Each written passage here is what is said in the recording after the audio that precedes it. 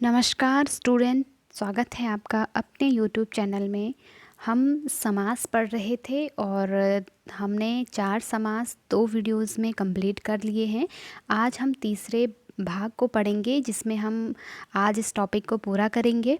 और मैंने आपसे कहा था कि समास काफ़ी लंबा टॉपिक है, उसे एक वीडियो में कवर कर पाना काफ़ी लंबा वीडियो भी हो जाएगा और टफ़ भी है, तो इसलिए हम छोटे छोटे पार्ट्स में इसको डिवाइड करके पढ़ रहे हैं। अगर आपने अभी तक 2 वीडियो समास के ऊपर जो बने हैं वो नहीं देखे हैं तो आप मेरी प्लेलिस्ट में जा कर के समास नाम से जो टॉपिक बना हुआ है आप उसे पढ़ लीजिए, तभी आपको आज का वीडियो समझ में आएगा। तो चलिए शुरू करते हैं। और शुरू करने से पहले आपसे एक रिक्वेस्ट है कि प्लीज़ लाइक शेयर सब्सक्राइब करना बिल्कुल ना भूलिएगा, क्योंकि आपका एक लाइक हमें बहुत ज़्यादा मोटिवेट करता है।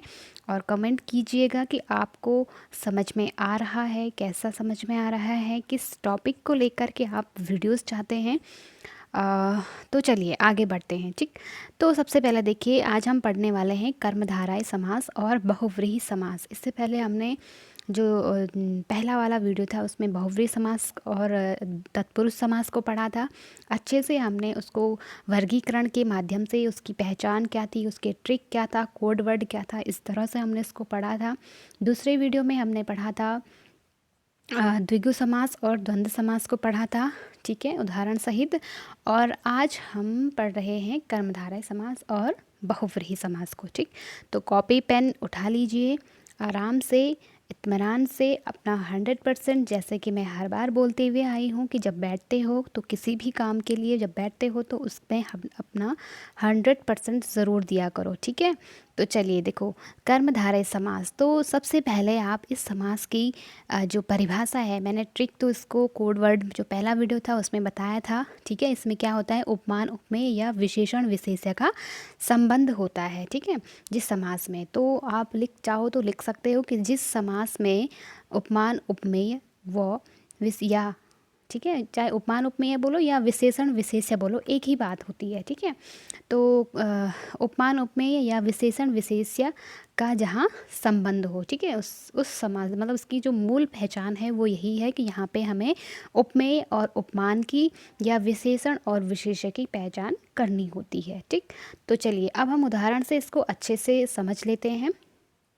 देखो यहाँ पे क्या होता है, देखो सबसे पहला उदाहरण है हमारा घनश्याम, घन के समान, ठीक है, श्याम। अब देखो मैंने कहा था उपमेय उपमान या विशेषण विशेष्य का क्या होता है, यहाँ पे संबंध होता है। तो यहाँ पे जो है ना, घर के समान यानी कि जिस से तुलना की जाती है ना उसको कहते हैं उपमान, और जिसकी तुलना की जाती है उसे कहते हैं उपमेय। ठीक है, घन के समान श्याम यानी कि काला बादल की यहाँ पे क्या हो रही है, विशेषता बताई जा रही है। ठीक है, घन के समान काला, ठीक है, बादल, काला बादल। फिर है, अब देखो जो घनश्याम शब्द है ना, मैंने कल भी आपको पिछले वीडियो में बताया था कि ज़रूरी नहीं है कि एक शब्द में एक ही समास हो, एक शब्द में एक से ज़्यादा समास हो सकते हैं। ठीक है, तो देखो जैसे यहाँ पे सिंपल सा दिया है घनश्याम, तो हमने कहा घन के समान श्याम, क्योंकि समास का निर्धारण हमेशा समास विग्रह से होता है। ठीक है, कैसे होता है, समास विग्रह से होता है।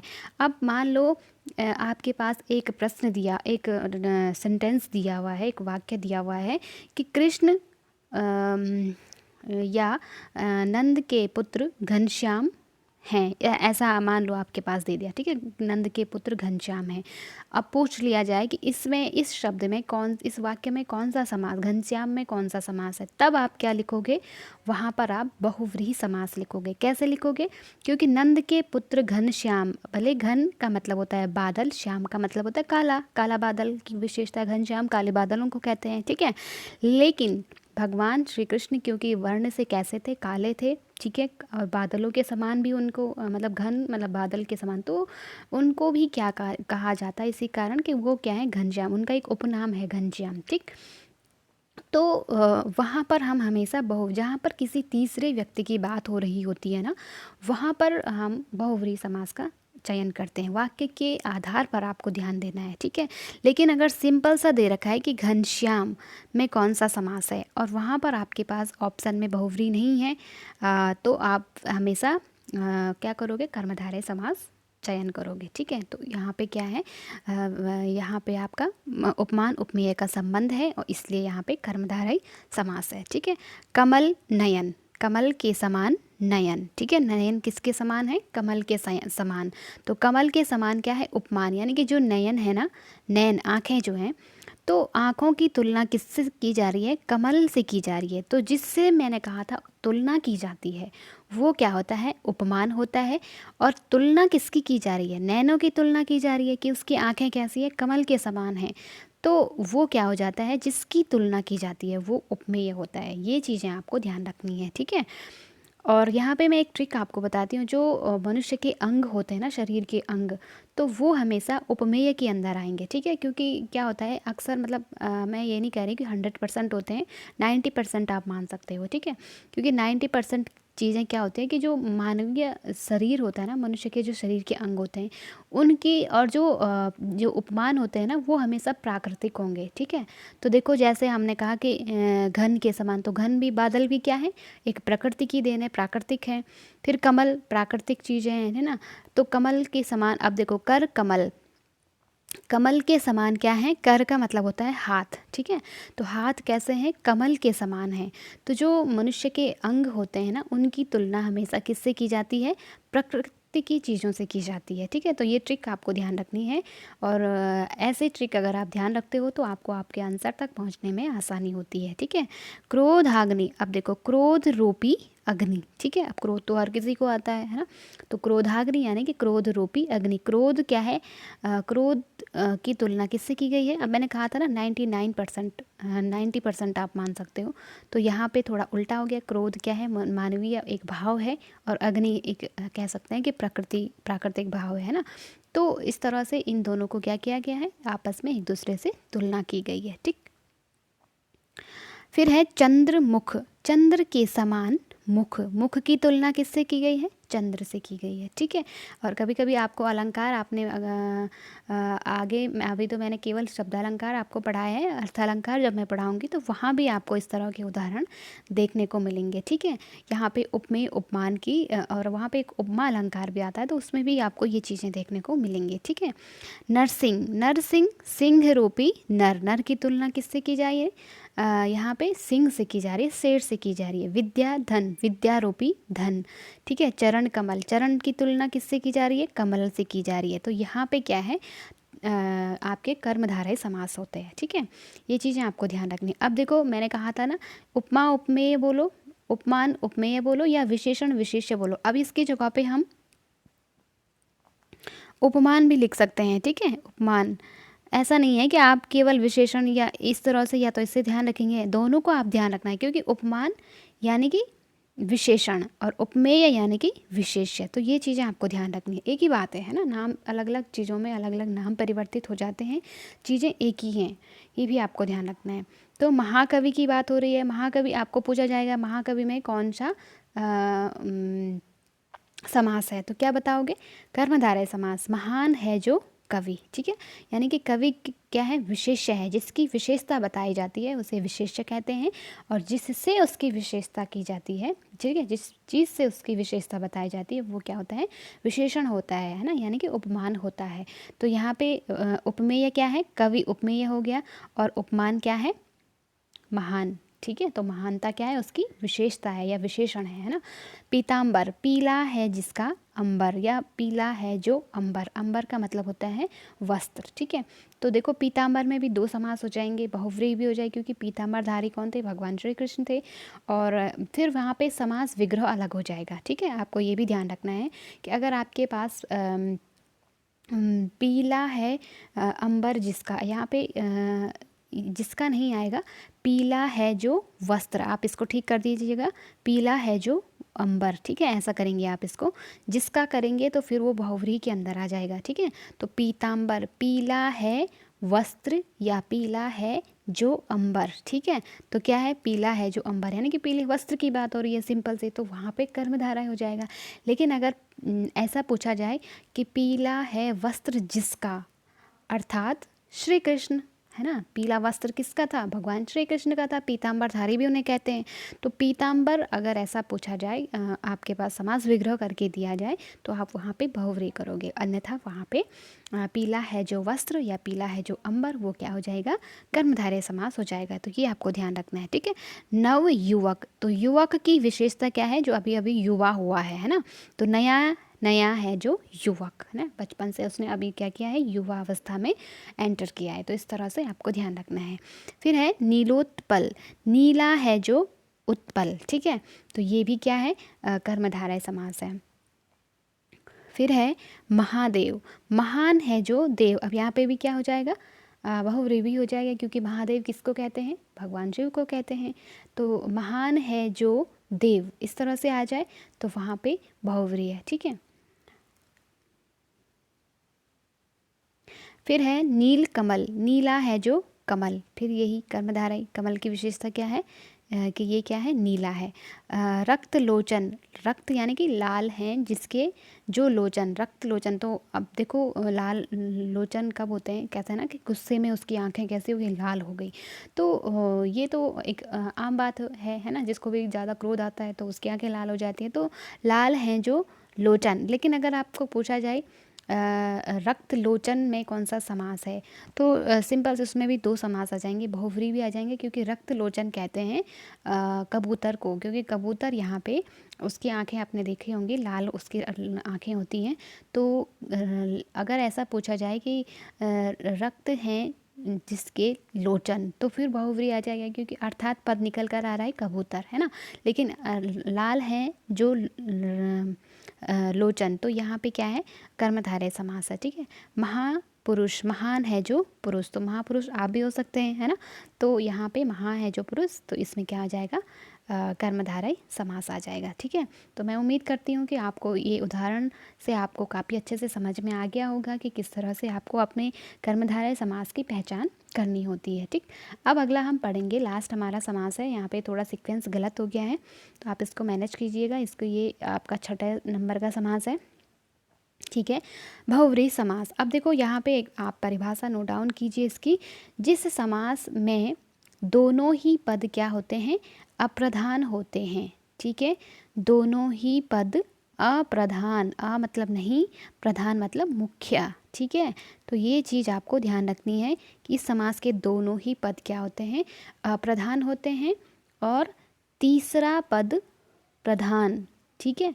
तीसरा पद क्या होता है इसमें, प्रधान। अब देखो हमने क्या कहा था कि किसी भी समास में क्या होते हैं, दो पद होते हैं, एक प्रथम पद, दूसरा उत्तर पद, ठीक है। तो किसी समास का तो पहला पद प्रधान था, किसी में उत्तर पद प्रधान था, दूसरे पद को उत्तर पद कहते हैं, ये ध्यान रखना, ठीक है।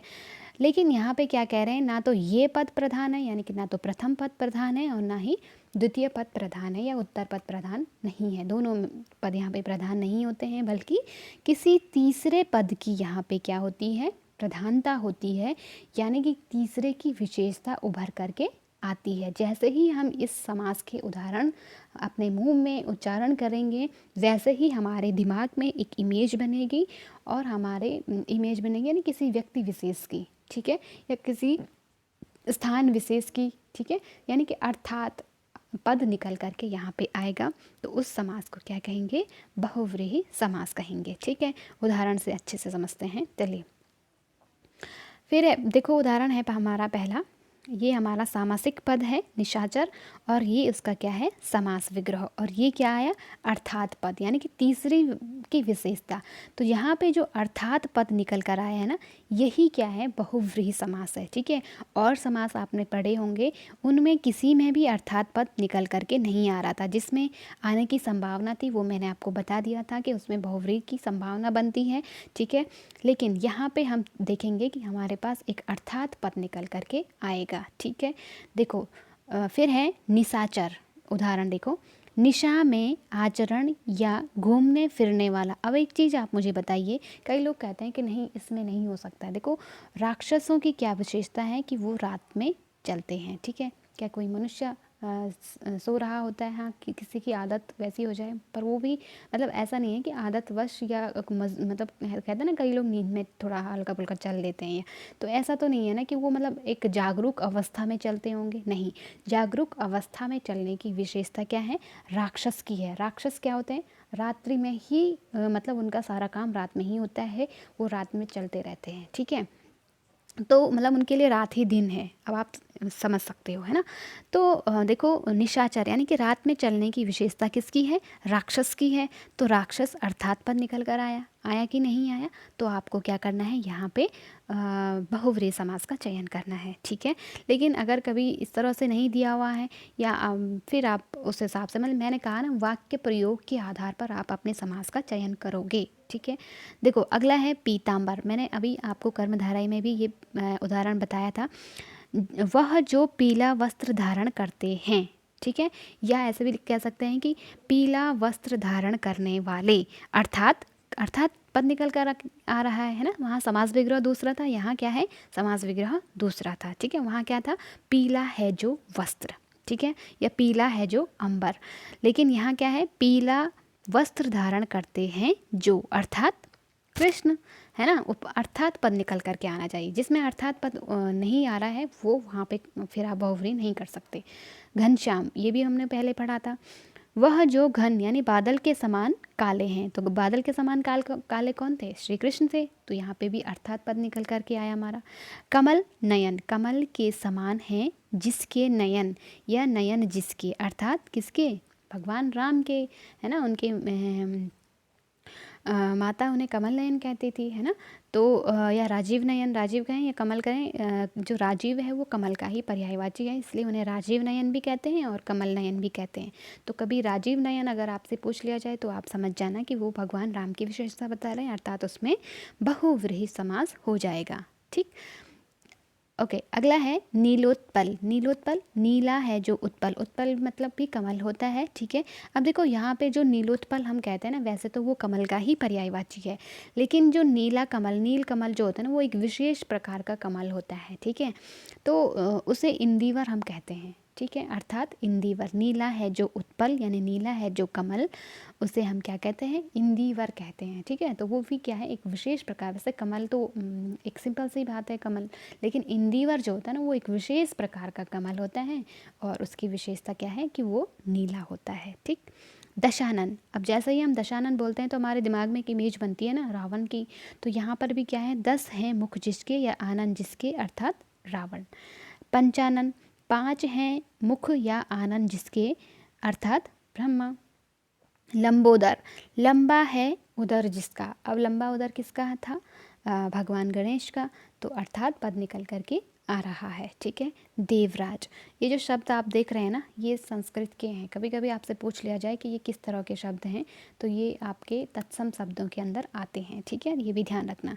वज्रपाणि, जिसके पाणी यानी कि हाथ, पाणी का मतलब क्या होता है, हाथ होता है, ठीक है। तो वज्र है जिसके हाथ में या वज्र है जिसके पाणी में, ठीक है। तो इससे किसे कहते हैं, वज्रधारी कौन था, इंद्र था, ठीक है। इंद्र की क्या थे, हाथ में वज्र उनका शस्त्र था, ठीक है। फिर है देवराज, देवों के जो राजा हैं, तो देवों के राजा भी कौन थे, इंद्र थे। तो यहाँ पे क्या आ रही है, अर्थात पद निकल करके, यानी कि इंद्र की विशेषता उभर करके आ रही है, ठीक है।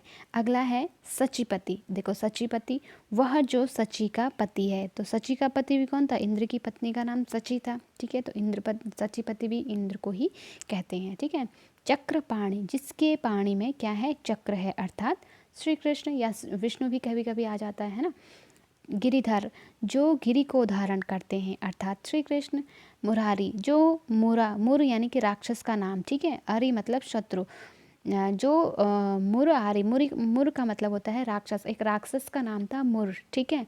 और उसके अरि का मतलब होता है शत्रु, तो अरि का वध करने वाले कौन थे, श्री कृष्ण थे। तो मुरारी कहते हैं, इसीलिए उनका एक नाम मुरारी पड़ा, ठीक है। अरि का मतलब क्या होता है, शत्रु, तो मुर का शत्रु यानी कि श्री कृष्ण, है ना। तो यहाँ पे भी क्या है, तीसरी यानी कि अर्थात पद निकल करके आ रहा है। मकर ध्वज, मकर जिसका मकर का ध्वज है, अर्थात कामदेव। कामदेव का जो ध्वज था ना वो मकर का था, तो इसलिए यहाँ पे भी कामदेव की विशेषता निकल करके आ रही है। मकर ध्वज उनका पर्यायवाची भी है, ठीक है।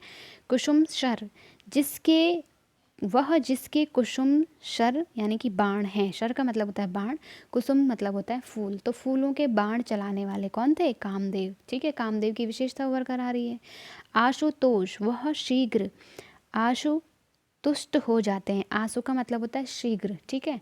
तो आशु तोष, तोष मतलब होता है तुष्ट यानी कि संतुष्ट होने वाले। तो शीघ्र संतुष्ट होने वाले कौन है? हमारे भगवान शिव हैं, है ना। चंद्र मौली, वह जिसके मौली यानी कि मस्तक पर चांद है। तो मस्तक पर चांद रखने वाले कौन थे? भगवान शिव। वाग देवी, वाग का मतलब होता है वाणी, ठीक है। वाग या वाणी या भाषा, तो भाषा की देवी कौन है? माता सरस्वती। कहते हैं ना कि हमारे मुख में सरस्वती का क्या होता है? वास होता है। इसलिए हमें क्या करना चाहिए? हमेशा अपनी वाणी पे जो हम बोलते हैं उस पर हमेशा ध्यान देना चाहिए। कोई भी बात बोलते हैं तो उसको हमेशा सोच तोल के बोलना चाहिए, है ना। तो क्योंकि मुंह में क्या होता है? सरस्वती का वास होता है। तो वाक की देवी कौन है? माता सरस्वती है, ठीक है। तो अच्छा बोलिए और अच्छा सुनिए, अच्छा देखिए, है ना। तो माता सरस्वती क्या करती है? हमारे मुख में निवास करती है, यानी कि वाक वाणी की देवी कौन है? सरस्वती। तो अर्थात पद निकल कर आया। श्रेष्ठ, अब देखो, श्री का मतलब होता है लक्ष्मी, है ना, और ईश का मतलब होता है पति। तो श्री के पति यानी कि लक्ष्मी जी के पति कौन थे? भगवान विष्णु। अर्थात पद निकल करके हमारे पास आ रहा है, ठीक है। तो इस तरह से ये हमारा हो गया बहुव्रीहि समास। तो उम्मीद कर रही हूँ कि आपको ज़रूर अच्छा लगा होगा, ज़रूर समझ में आया होगा। 2 समास आज भी हमने कंप्लीट कर दिए हैं। अब हमारा समास का टॉपिक क्लियर हो चुका है।